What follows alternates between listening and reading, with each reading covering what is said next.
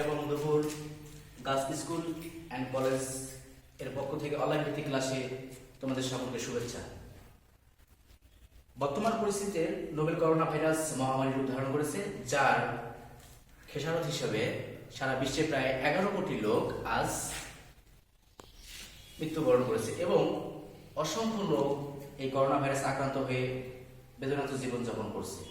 আর এই পরিপ্রেক্ষিতে শিক্ষা ব্যবস্থার স্থবিরতাকে একটু ঝালিয়ে নিতে বা একটু গতিশীল করতে আমাদের এই ক্ষুদ্র প্রয়াস অনলাইন ভিত্তিক ক্লাস ব্যবস্থা।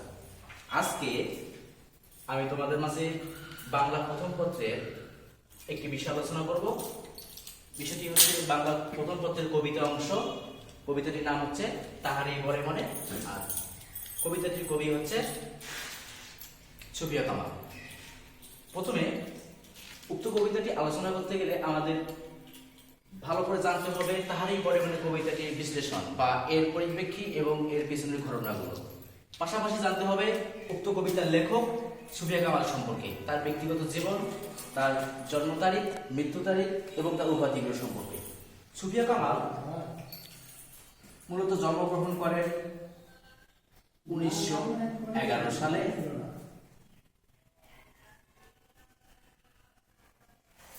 এবং মৃত্যুবরণ করেন 1988 সালে।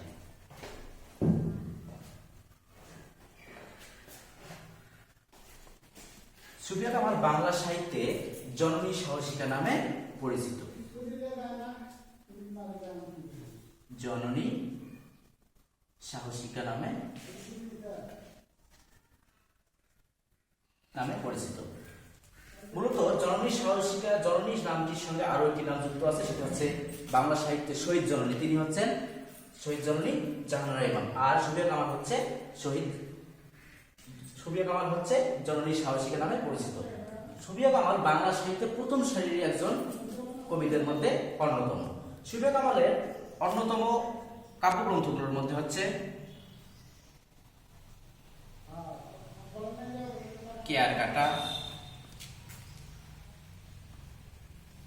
সাজের মায়া,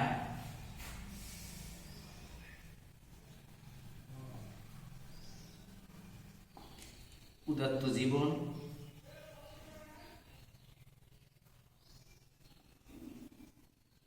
ইত্যাদি। এছাড়াও সুফিয়া কামাল বাংলা সাহিত্যে আরো একটি বিষয়ে বিশেষ স্থান দখল করে আছেন। তার অন্যতম একটি রচনা, সেটি হচ্ছে তার স্মৃতিকথামূলক রচনা। স্মৃতিকথামূলক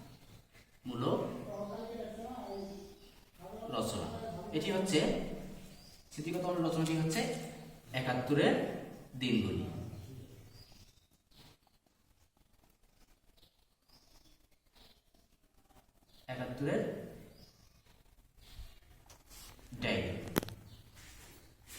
পাশাপাশি ৭১-এর দিনগুলি নামে একটি রচনা আছে, সেটি আমাদের রচনা করেছেন বাংলা সাহিত্যে শহীদ জননী নামে পরিচিত শহীদ জননী জাহানারা ইমাম। মোটামুটি ভাবে আমরা দেখে নিলাম যে সুফিয়া কামালের কবি পরিচিতি এবং তার ব্যক্তি জীবন। এবার আমরা আলোচনা করব তাহারই বরে মনে কবিতাটির মূল অংশ, অর্থাৎ এবার আলোচনা করব কবিতা অংশ। কবিতা অংশ আলোচনা করতে গেলে আমাদের প্রথমে জানতে হবে যে তাহারই বরে মনে কবিতাটির প্রেক্ষাপটটা কি। মূলত তাহারই বরে মনে হচ্ছে একটি সংলাপ ধর্মী কবিতা। সংলাপ ধর্মী কবিতা, সংলাপ শব্দের অর্থ সংলাপ ধর্মী কবিতা। সংলাপ হচ্ছে বাংলা শব্দ, আর এর ইংরেজি প্রতিশব্দ হচ্ছে ডায়ালগ। ডায়ালগ আমরা সাধারণত জেনে থাকি বা সংলাপ জেনে থাকি দুই বা ততোধিক ব্যক্তির মধ্যে হয়ে থাকে। ঠিক তেমনি ভাবে তাহারই বরে মনে কবিতাটি একাধিক ব্যক্তির মাঝেই কথোপকথন হয়েছে। এক পক্ষ হচ্ছে কবি নিজে, আর এক পক্ষ হচ্ছে কবির ভক্ত। অর্থাৎ এই কবিতাটির মধ্যে কবি এবং কবি ভক্তের মধ্যে কথোপকথনের মাধ্যমে কবিতাটি সংলাপধর্মী কবিতায় রূপ নিয়েছে। এক্ষেত্রে তাহারই বরে মানে কবিতাটির আরো একটি প্রেক্ষাপট আছে, সেটি হচ্ছে কবির প্রথম স্বামী অর্থাৎ সৈয়দ নেহাল হোসেন যখন 1932 সালে মারা যান, তারপর থেকেই তিনি মানসিকভাবে ভেঙে পড়েন। তার কাব্য চর্চা এবং কাব্য রচনার ক্ষেত্রে তিনি অনেক দূর পিছিয়ে যায়। সেক্ষেত্রে তারই পরিপ্রেক্ষিতে 1935 সালে তাহারই পরে মনে কবিতাটি রচিত হয় এবং সর্বপ্রথম মাসিক মোহাম্মদী পত্রিকায় স্থান পায়। পরবর্তী কবিতাটি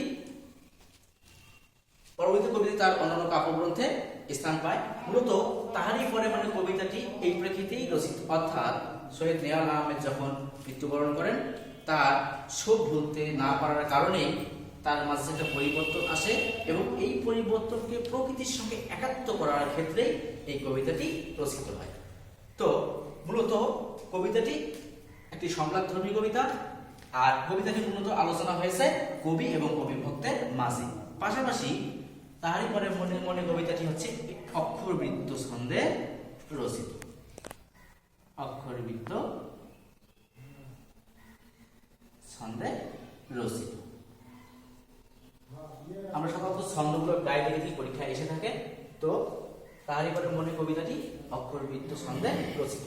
পাশাপাশি এটি হচ্ছে সংলাপধর্মী কবিতা। এই কবিতার মধ্যে দুটি পক্ষ আছে, একটা হচ্ছে কবি লিখেছে এবং কবি ভক্ত, উভয়ের মাঝে কথোপকথনের মাধ্যমে সংলাপধর্মী কবিতায় রূপ নিয়েছে। এবার আমরা আসি কবিতাটির ব্যাখ্যা। কবিতাটির ব্যাখ্যা করতে গেলে আমাদের বেশ কিছু এখান থেকে পংক্তি বা চরণ আমরা খুঁজে পাবো, যেগুলো হচ্ছে যথেষ্ট গুরুত্বপূর্ণ। পাশাপাশি উক্ত কবিতায় আমরা বেশ কিছু শব্দ পাবো, যেগুলো শব্দের সঙ্গে আমরা নতুনভাবে পরিচিত হচ্ছি। তো আমরা প্রথমে কবিতাটির চরণগুলো ব্যাখ্যা করবো বা বিশ্লেষণ করবো। তারই পরে মানে কবিতাটির প্রথম লাইনটি হচ্ছে, হে কবি নীরব কেন ফাগুন যে এসেছে ধরায়। হে কবি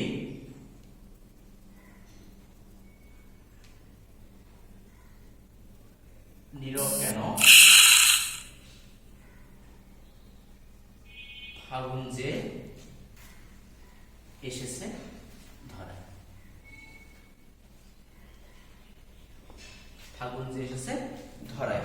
বসন্তে বরিয়া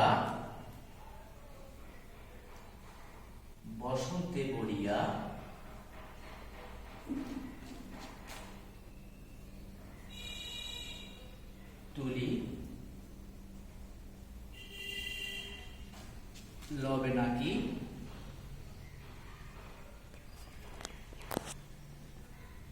তব বন্দনায়।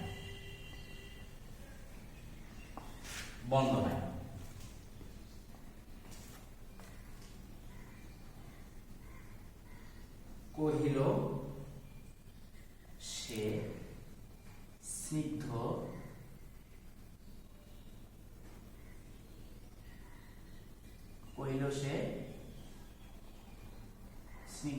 আখি তুলি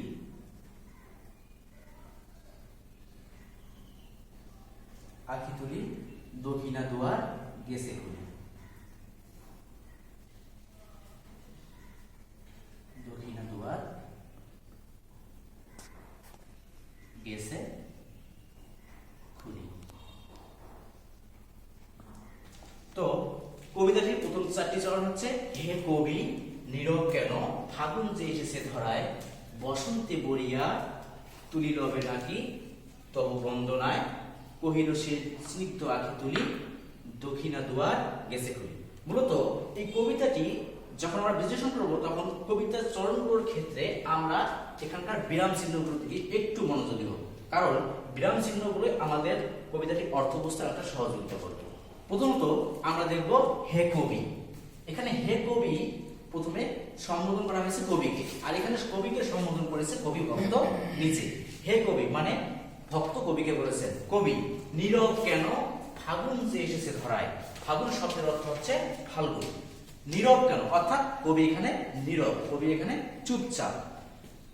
ফাগুন যে এসেছে ধরায় অর্থাৎ পৃথিবীর বুকে বা আমাদের প্রকৃতির বুকে ফাগুন এসেছে, কিন্তু তারপরও কবি নীরব। এখানেই ভক্ত তখনই কবিকে সম্বোধন করেছে, কবি আপনি নীরব কেন, প্রকৃতির মধ্যে ফাগুন এসে গেছে। বসন্তে বরিয়া তুলি লবে নাকি তব বন্দনায়, অর্থাৎ বসন্তে বরিয়া তুলি অর্থাৎ কবি বসন্তকে কি বরণ করবে না, বসন্তকে স্বাগত জানাবে না তার লেখনীর মাধ্যমে, তার বন্দনার মাধ্যমে। এটাই কবি ভক্ত কবিকে বলেছে যে কবি আপনি নীরব কেন, প্রকৃতির মধ্যে ফাগুন এসে গেছে, আপনি কি আপনার সুর, আপনার সাহিত্য, আপনার গীতের মাধ্যমে বসন্তকে বরণ করবেন না? অর্থাৎ এই উক্তিটি হচ্ছে কবি ভক্তের। এবার আমরা পরের উক্তিতে আসি। কহিল সে স্নিগ্ধ আঁখি তুলি, অর্থাৎ এবার কবি স্নিগ্ধ আঁখি অর্থাৎ নীরব আঁখি তুলে অর্থাৎ নীরব চোখে তাকিয়েছে দক্ষিণের দুয়ার গেছে খুলি, অর্থাৎ কবি এবার কবি ভক্তকে প্রশ্ন করেছে বা জিজ্ঞাসা করেছে দক্ষিণ দুয়ার কি খুলে গেছে। এবার আসি পরবর্তী চরণের ক্ষেত্রে। পরবর্তী চরণটি আছে এখানে, বাতাবি নেবুর ফুল ফুটেছে কি আমের মুকুল। এবার কবি আবারও প্রশ্ন করেছে, কবি ভক্তকে জিজ্ঞাসা করেছে বাতাবি নেবুর ফুল ফুটেছে কি।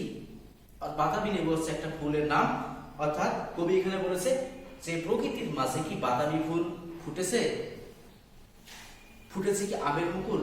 পাশাপাশি আমের মুকুল অর্থাৎ নব আমের যে কতগুলো অঙ্কুরিত ফুল হয় এবং ফুল থেকে যে আমটা সৃষ্টি হয়, সেই আমের মুকুল কি গাছে গাছে ফুটেছে, বাতাবি লেবু কি ফুল কি ফুটেছে।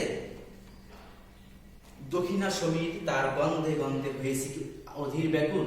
এখানে বলেছে দক্ষিণা সমীর শব্দের অর্থ হচ্ছে বাতাস, অর্থাৎ দক্ষিণা বাতাস কি তার গন্ধে গন্ধে, অর্থাৎ এই যে বাতাবি লেবু এবং আমের মুকুলের যে একটা মৃদু গন্ধ, এই গন্ধে গন্ধে অর্থাৎ গন্ধটা নিরবিচ্ছিন্ন ভাবে ছড়িয়ে পড়েছে, এই গন্ধে গন্ধে কি পুরোটা ব্যাকুল হয়ে গেছে। এটা কবি তার কবি ভক্তকে জিজ্ঞাসা করেছে অর্থাৎ জানতে চেয়েছে।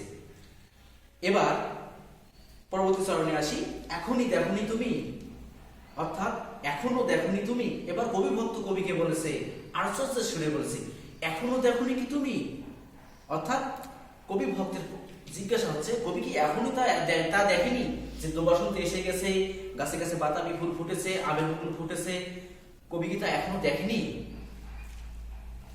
কহিলাম অর্থাৎ কবি ভক্ত কবিকে সম্বোধন করলেন, কেন কবি আজ এমন উন্মনা তুমি। এখানে উন্মনা শব্দের অর্থ হচ্ছে উদাসীন, অর্থাৎ কবি ভক্ত এবার কবিকে প্রশ্ন করেছে, জিজ্ঞাসা করেছে যে কেন কবি আজ এমন উন্মনা তুমি, অর্থাৎ কবি আজকে আপনি এতটা উদাসীন কেন, এতটা উন্মনা কেন, কি তার কারণ। কবিকে তার ভক্ত জিজ্ঞাসা করেছে কোথা তব নবপুষ্প সাজ, কোথায় সেই আপনার নবপুষ্প সাজ, অর্থাৎ নতুন ফুলের মালা।